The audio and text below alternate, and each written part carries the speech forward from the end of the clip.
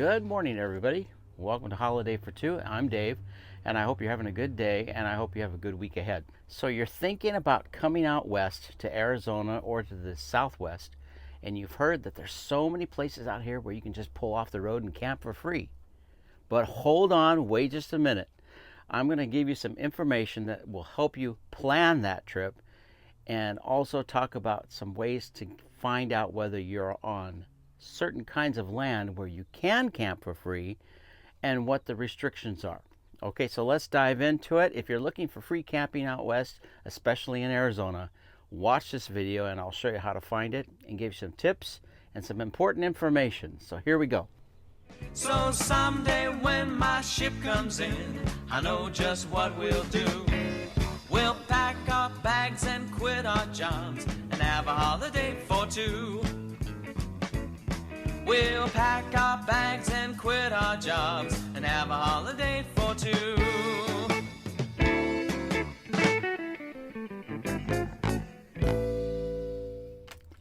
Okay, so I'm going to break this video into two parts.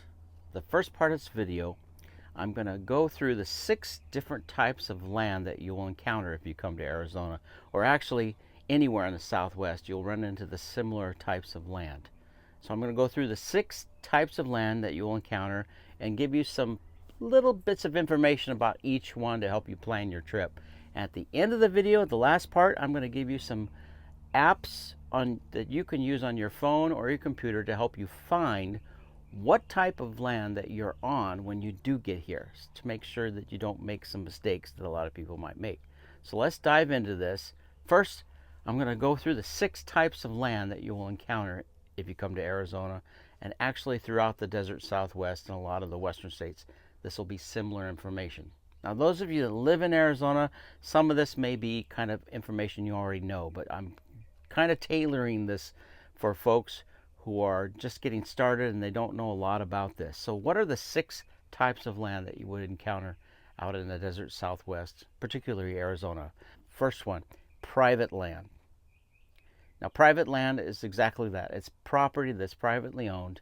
You might find RV campsites, you might find campgrounds that are privately owned RV campgrounds or campsites, but there's usually fees with those. And private property is usually well marked. So if you see a place and you pull off the road and it says private property, don't camp there unless you have permission from the owner. The second type of land that you're going to commonly find is actually one of the largest land areas in Arizona. Believe it or not, 25% of the land in Arizona is what's called tribal reservation land.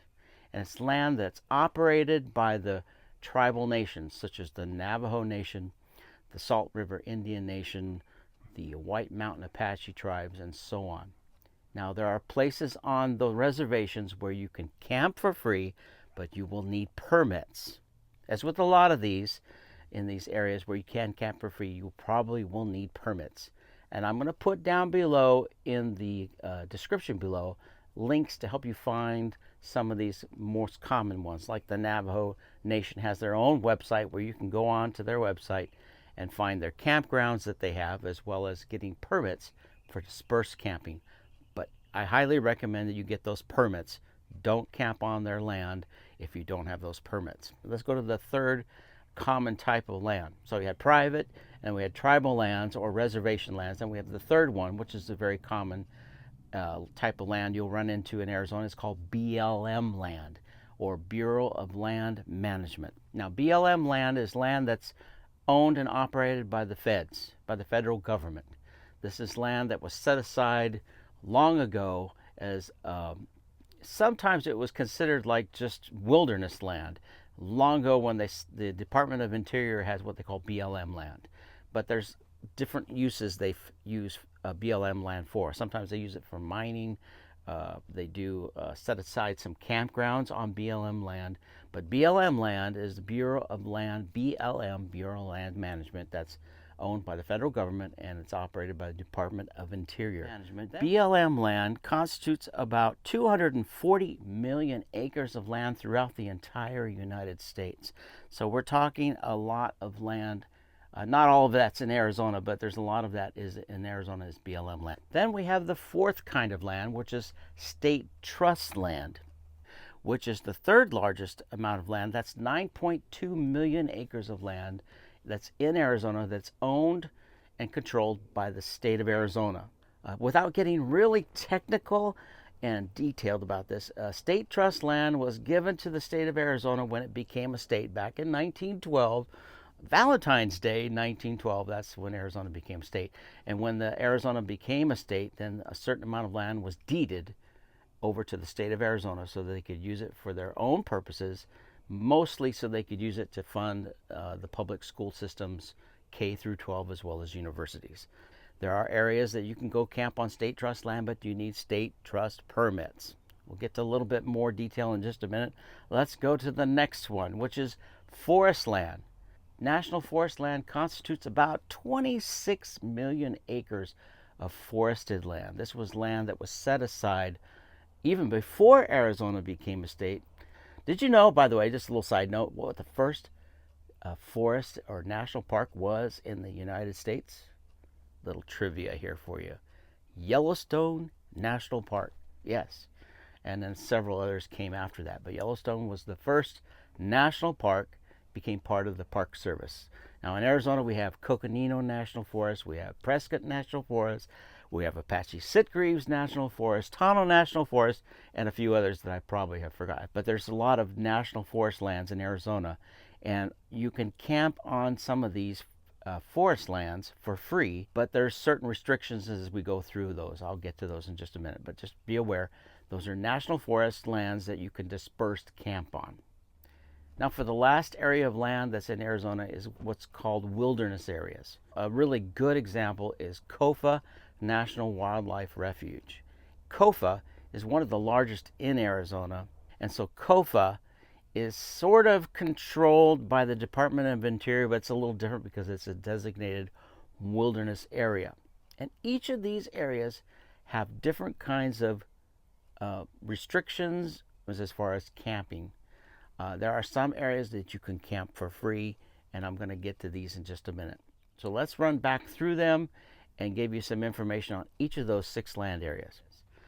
There are areas within each of the national forests that have designated campgrounds. For example, and I'm going to use Coconino National Forest because that's one of the large ones. Coconino National Forest has an excellent online map that I will put a link down below in the description so you can find this.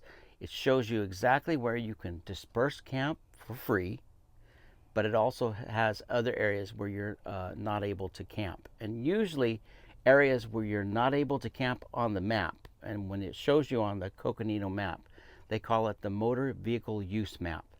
And if you download it online, they even have color little highlights to show you where the dispersed camping is. Certain restrictions are 14-day stay limits. It's primitive camping. There's no hookups, none of that, no water available, no dump sites available. You have to be completely self-contained in order to go out there. And another restriction is you need to camp within 100 feet of the designated forest road. Take your, go through the woods willy-nilly and just camp anywhere. The rangers don't like that for a lot of reasons. One of the big reasons in Arizona has to do with fires, fire season. Summer, right now when I'm doing this video, it's springtime, but pretty soon it's going to be summer, and we're having rain right now, which is good. But if we have one of those years where we don't have rain for a while, the fire danger goes up, and they put signs up, they'll say fire danger high, and sometimes they put restrictions on whether you can have open fires anywhere in the park system, in the forest system, whether you're in a dispersed camp or whether you're in a campground. And there are campgrounds that you can camp at, but there's fees for those. Reservation lands. I did talk a little bit about camping on reservation lands. There are areas within reservation lands where they have campgrounds. I'm going to use this as an example up in the Navajo tribal nation, up in northeast Arizona. There's some beautiful campgrounds that people love. One's called Canyon de Chelly, which is up near the northeast corner of Arizona, and that is controlled by the Navajo Nation. And they love for you to come and camp there, but there are fees there at the campground. There are places where you can go dispersed camp, but you need to contact the Navajo Nation to get permits to disperse camp or to hike or do any kind of activity on tribal lands. And that's the same pretty much throughout Arizona at the different areas, such as Apache, White Mountain Apache tribe, as well as the Gila River tribes. Anywhere, the Tohono O'odham is another one down in southern Arizona.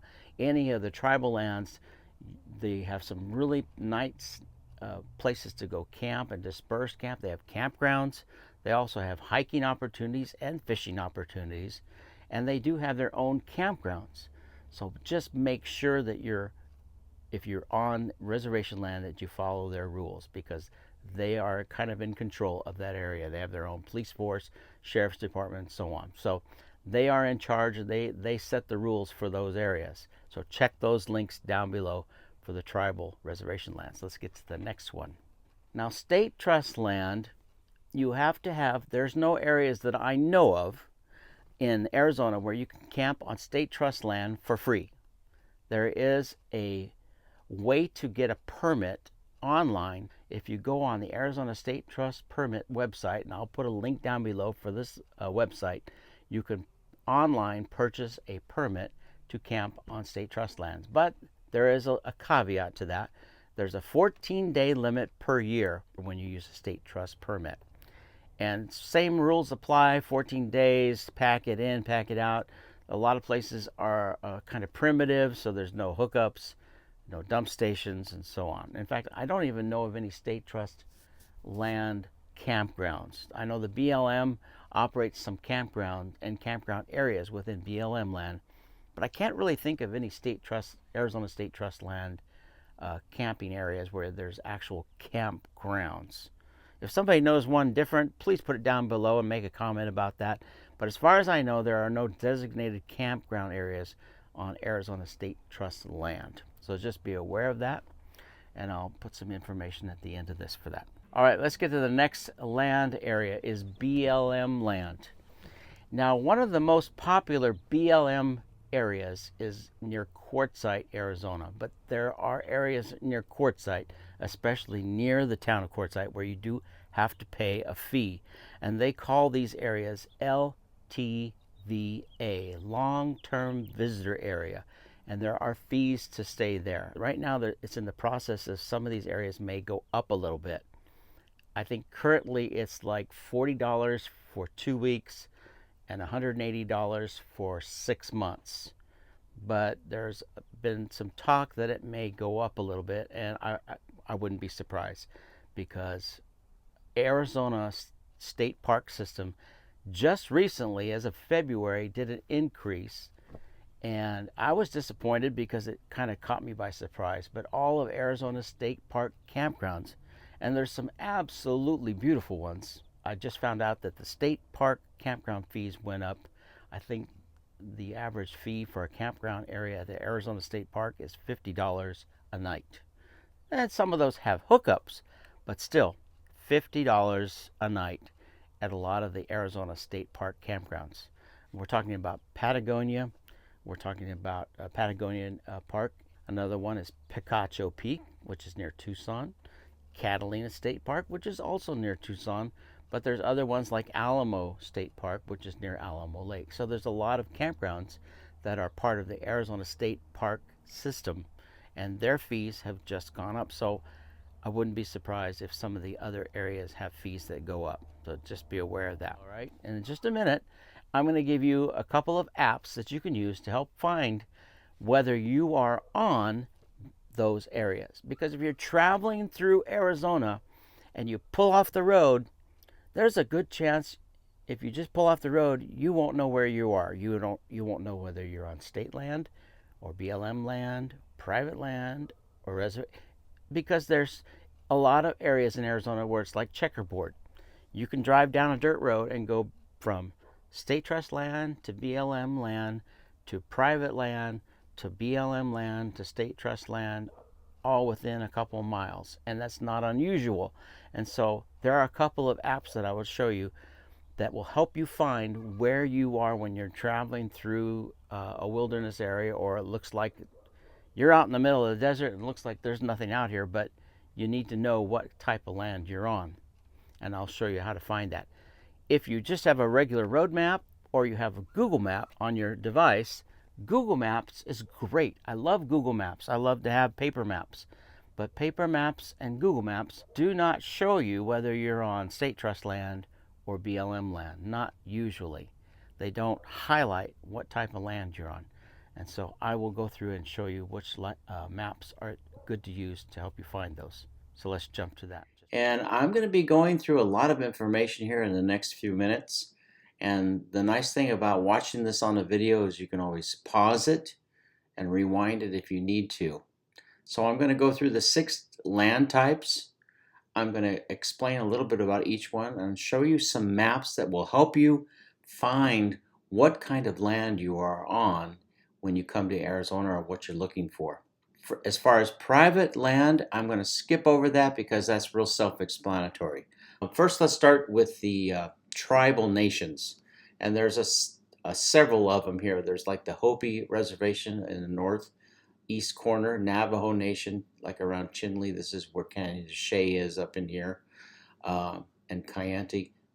You can camp in this area, but you're going to need to go on to their tribal websites. And I'll show you that in just a minute to find information. Here's Tohono O'odham. And that's another large area down here south of, kind of southwest of Tucson, south of Phoenix. Then there's the White Mountain tribes up in here, the Fort Apache Reservation, San Carlos Reservation. Those are also tribal areas, and they have their own websites where you can get information for camping and permits on those websites. I'm going to also be talking about the forest land up here in Arizona, like Sitgreaves, Tonto, Coconino National Forest, and Apache Sitgreaves over here. Prescott National Forest, there's several of them. What I'm going to do first is zoom in on Quartzsite because I want to show you something. This is Google Maps that I'm on right now. Google Maps is a great map, but it has some limitations. It has a lot of really neat things. You can do satellite view and really get a lot of detail. And I'm going to just use Quartzsite in my model here for this video. If I zoom in north of Quartzsite, here's here's Highway 95, and I'm kind of off on the west side of the highway. I keep calling it interstate, but it's just a highway. And I'm going to zoom in. You see this little mark here that says state land, and it looks like campsite. Well, this is Tyson Street, and this is Desert Avenue, and this little corner right here is state trust land. It doesn't show it on Google Maps other than this little marker right here that's on Google Maps. But right over here, there's nothing. This is BLM land. So technically, you could just drive 100 feet or so and then park on BLM land and not have to pay a fee. But if you camp in this area, you're going to need to pay a state trust permit fee. Before I get to how to do that, let me skip over to Gaia Maps. I really love this map, and this is not sponsored by them. I have a subscription to Gaia, and I'll show you how much it is in just a minute. But I want you to notice something as I just flipped over. Here's Tyson Street and Desert Avenue. Do you see the difference in the color shading? Let me zoom out a little bit so you can see how it's shaded. The shading this is state trust land, and then the yellow area over here is BLM land.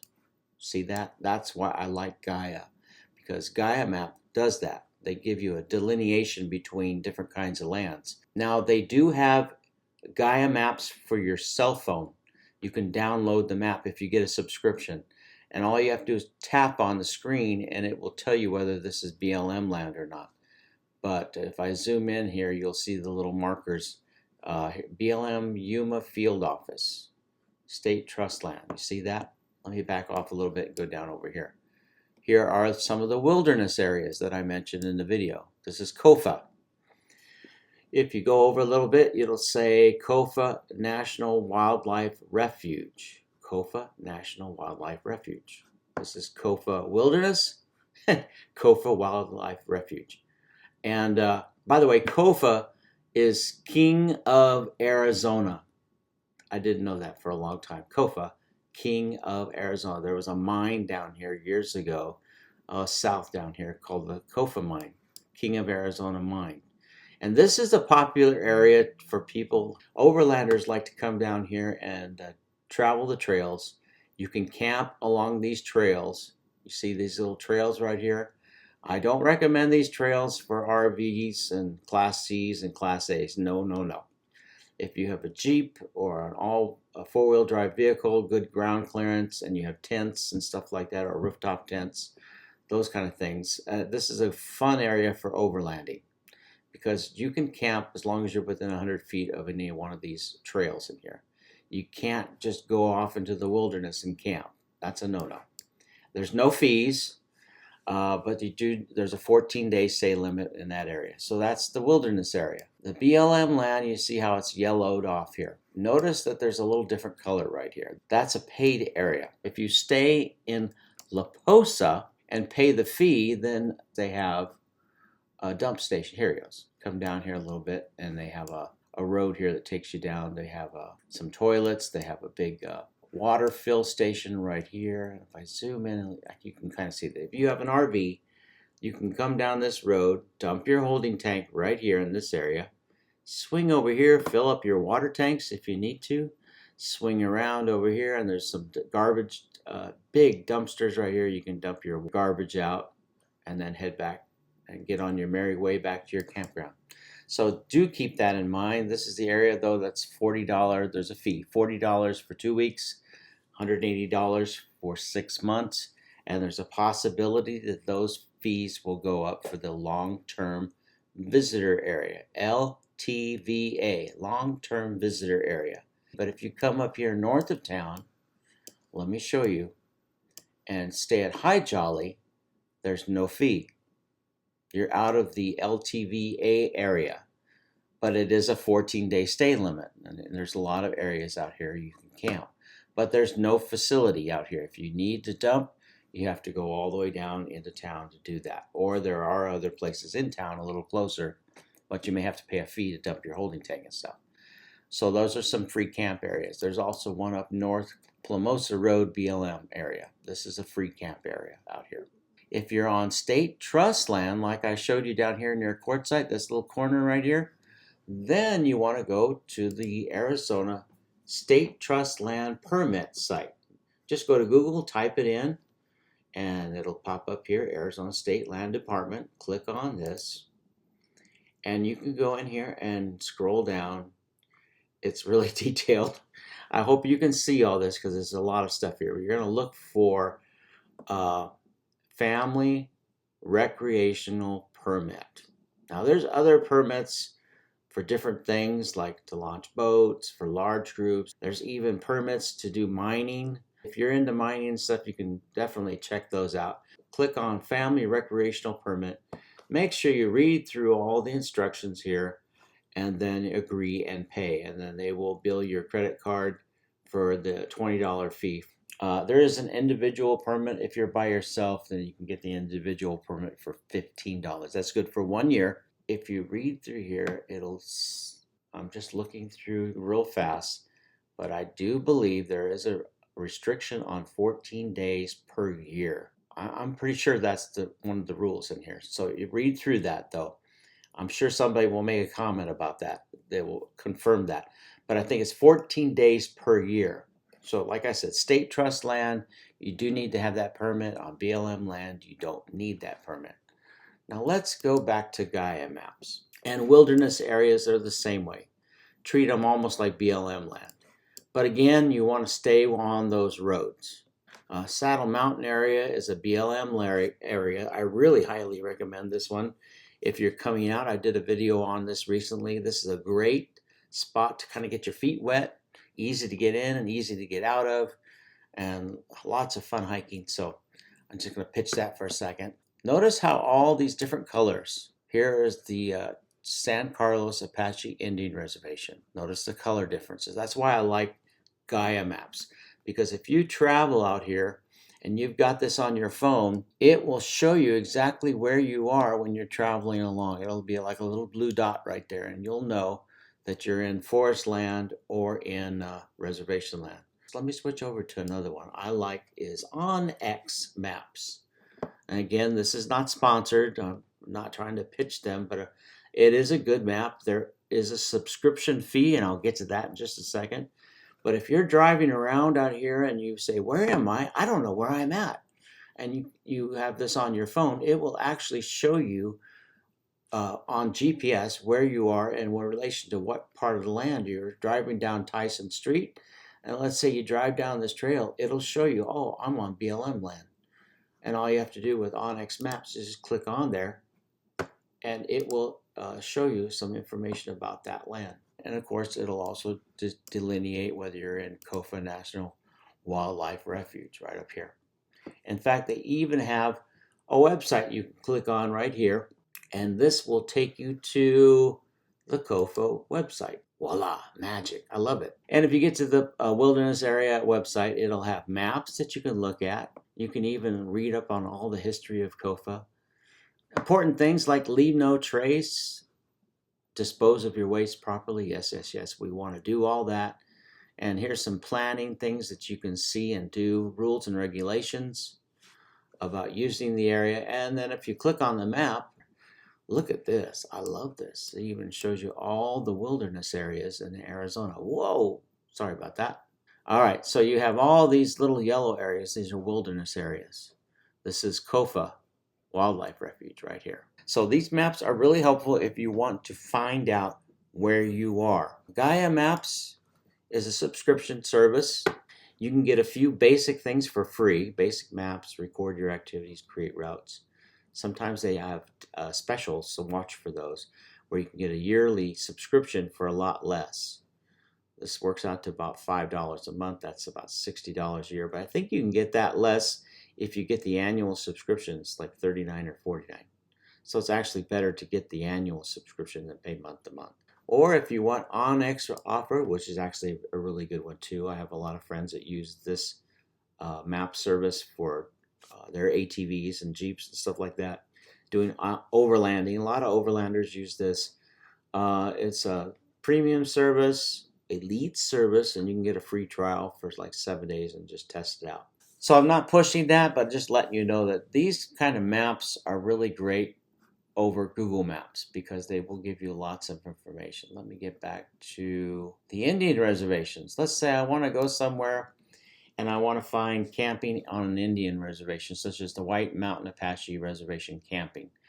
Go to Google, type in the name of the reservation that you're on, whether it's Navajo or White Mountain Apache Reservation or Tohono O'odham, and something will come up here where you'll find camping regulations, and just click on that.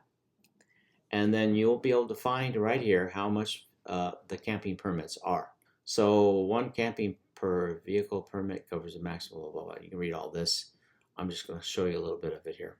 Daily per vehicle, $10. A 30-day camp monthly, $3.50. And there are regulations to be out there. All right, so be sure to read all these regulations. They are their own governing facility.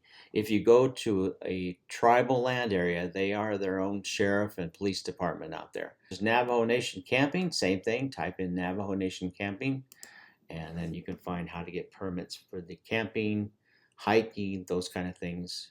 They even have campgrounds that you can reserve through here. You do need to go there and get a permit from them.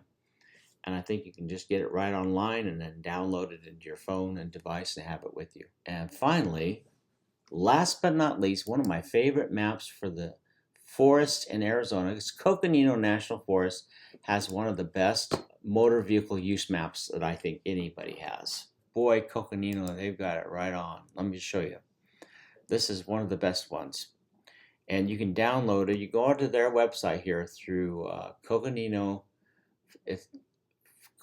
National Forest Motor Vehicle Use Map. And you're going to scroll down and just click on like travel map. You can also get a map app for your phone that you can keep on your phone called a Venza. And then you can download the Coconino Forest map to your phone. There we go. Takes a moment to load, but once it loads, you can zoom in. This is a very detailed map. It takes a few minutes to download. But let me show you something. It's still loading. This is one of the best maps, I think, of all the forests. I wish all the parks had this. But you see these roads here with the orange lines, where it has orange here, that's dispersed camping. Down here is Flagstaff, even though you can't see it. I'm having a hard time moving the map around. But here is Coconino Peaks Wilderness right here.